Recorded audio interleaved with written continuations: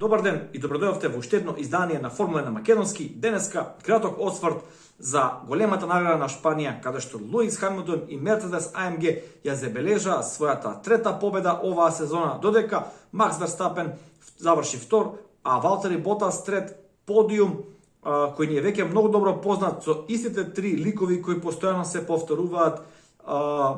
Како што напоменав во она видео кое го направив неколку дена пред вчерашната трка, еден вид на брзи вести, напоменав дека самата карактеристика на патеката во Каталунја навистина оневозможува добра блиска трка, бидејќи сектор 2 и сектор 3 се навистина технички и болидите кои бркаат страдат од тој турбулентен воздух кој го генерираат болидите кои се напред, и затоа возачите можат да се доближат во делов од секунда зад болидот кој е, односно до болидот кој е пред нив. Меѓутоа, за да има вистинско престигнување, треба навистина или да се на посвежи гуми, или да се на различна стратегија, а токму тоа се случи баш на тој начин. Луис Хамилтон успеа да добие трката од Макс Верстапен, да му ја одземе таа победа, иако Макс Верстапен со еден феноменален старт и би рекол со еден навистина близок дуел во првиот свиок на самиот старт. Меѓутоа, кудос тука и до Луис Хамилтон, кој навистина остави доволно простор, иако да беа некои други возачи, можеби тука ќе видевме и инцидент.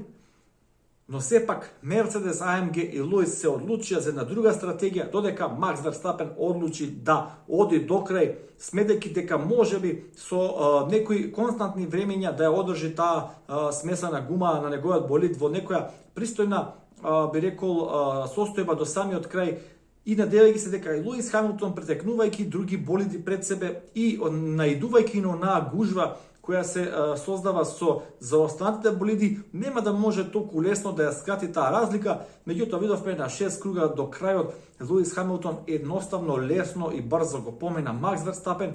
Тоа е тоа, некогаш добивате на стратегија, некогаш губите. Меѓутоа, веќе напоменав, големата награда за Шпанија, за жал, иако во квалификации навистина водачот може да дојде до израз, бидејќи самата трка е многу технички захтевна, би рекол, бара многу од возачите и на тој начин се доаѓа до израз повеќе можеби водачот на место болидот. Исто така е Монако на отворено, значи шанса за претекнување се навистина мали и најчесто, за жал, сме, би рекол, сведоци на една нормална, би рекол, помалку интересна Формула 1 трка.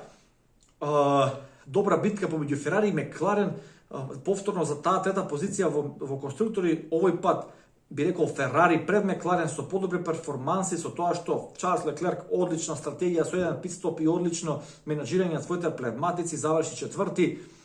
Серхио Перес долго време го бркаше, Даниел Рикјардо на крај успе да го престигне со својот Red Bull, меѓутоа не направи ништо повеќе да го загрози тоа четврто место на Чарлс Леклерк.